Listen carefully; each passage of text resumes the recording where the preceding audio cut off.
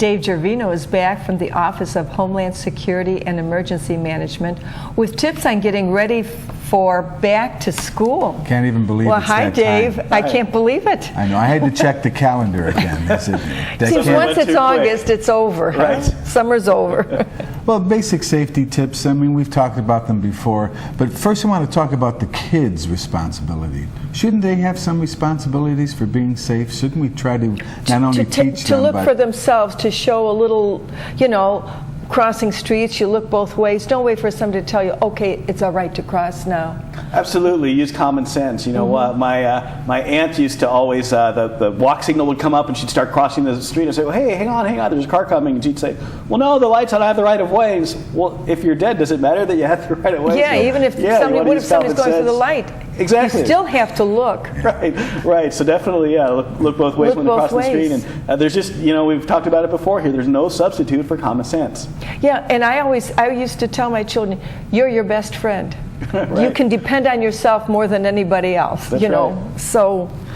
Well, things pretty much haven't changed regarding that, except on the crosswalk. I know now the automobiles have to stop if there's somebody in the crosswalk.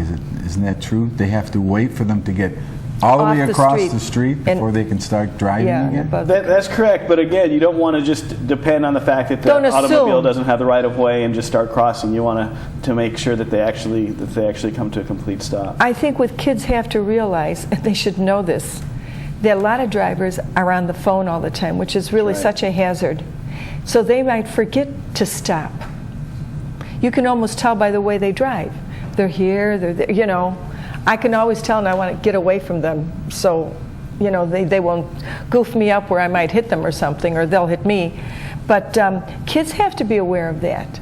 That's right. They have to look. They have to be aware of their surroundings.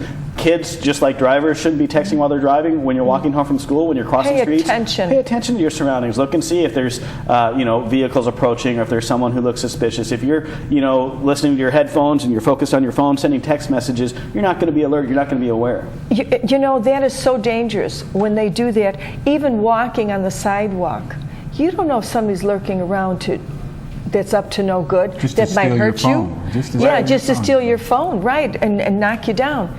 So you should really be aware of your surroundings as you're walking. Exactly. You'll have plenty of time to send text messages when you get home. Yeah, and I don't know why we have to talk constantly to somebody through texting.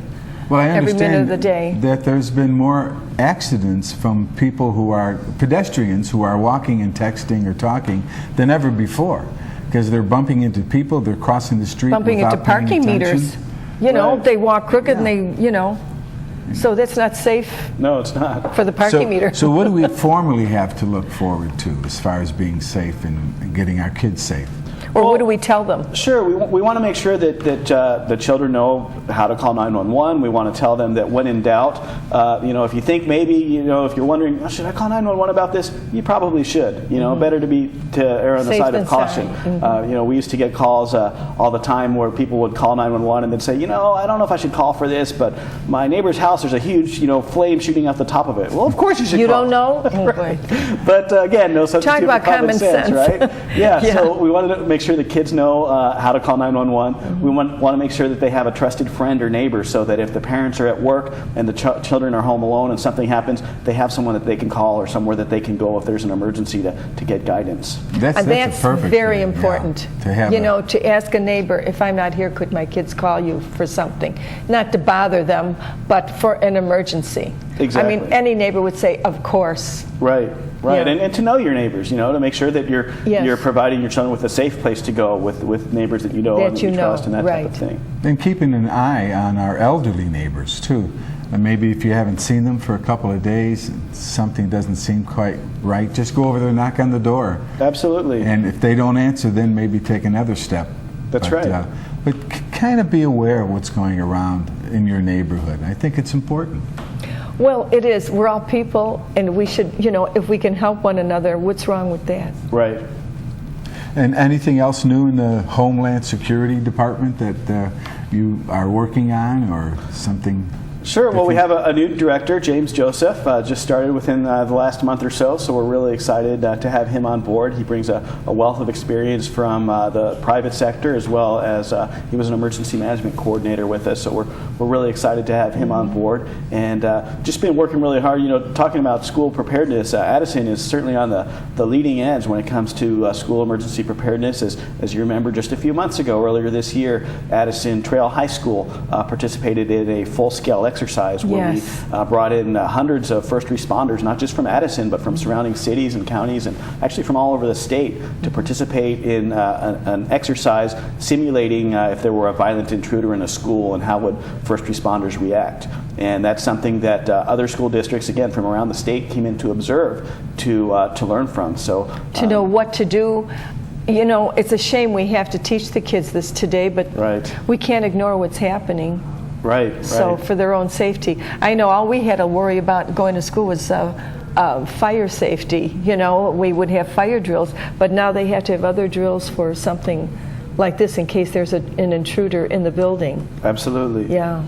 Well, also with that whole program, I think it was videotaped too, so it could be sent to other communities and used for their learning process. That's correct. Other police departments and other fire departments have been provided with videotape footage that ACTV and the crew here put together so that they can learn from the lessons learned as a part of that exercise. So what do they do now? That's for the high schoolers. What about now the elementary level? Do they do things like that with those schools as well? Absolutely, and a lot of the tactics are still the same in terms of what first responders do and their response, regardless of whether it's a kindergarten through an elementary school or a high school. So this is training that can be applied across the board. And what about from the home? Is there should people have a plan in case of something happening? You meet me at a certain place, or? Absolutely. Parents should talk to their children about how they'll get in contact with each other if there is an emergency. It doesn't have to be a huge Hurricane Katrina scale emergency. Even something as simple as the April floods or the July 1st storms from the previous year can overwhelm cell phone service or can knock down communication. So sure, you could lose your electricity. So you exactly. So parents should talk to their children about if there's an emergency when you're at school and we're at work, how are we going to communicate with each other? If we can't get a hold of each other, where are we going to meet up? Similarly, parents should talk to school officials about plans for early dismissal if there's severe weather that's approaching. In some cases, schools will dismiss early. So where are your children going to go if it's, parents aren't home? That's right. So you have to have a backup plan. You do. And you probably should have a backup to the backup, just in case that doesn't work. But again, they can go to a neighbor's if you're friends with the neighbor, and they can go there where the neighbor knows to get a hold of the parents and say the kids are here. They were out of school early. Also, they should have a number to call, in case they can't get a hold of the parents. Maybe it's an aunt or. I think the school does ask for that, for an emergency number other than the parents' number. Right, but you want the children to be aware of that too, of what that number is, because an emergency is stressful enough, even if everything is in place. But if you don't have a plan, if the children don't know what to do, they're going to be even more stressed. And And when you're under that pressure, your brain doesn't work the way it should. You don't remember. Right. You knew it once, but you can't remember, or you might even do the number, transpose it or something, out of nerves, Well, I think it's very important to keep the kids informed, also, besides the schools. And make the them responsible. Right. They have to learn responsibility. That's right. Thanks, Dave, and we'll see you next month. Thank you. Great. Good seeing you. Good to see you. We'll be back with Amy.